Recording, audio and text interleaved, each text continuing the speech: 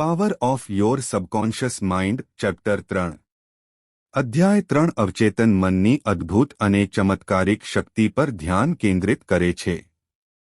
આ અધ્યાય સમજાવે છે કે અવચેતન મન આરોગ્ય, સફળતા અને સુખમાં અવિશ્વસનીય પરિવર્તન લાવી શકે છે જો તેને યોગ્ય રીતે ઉપયોગમાં લેવામાં આવે.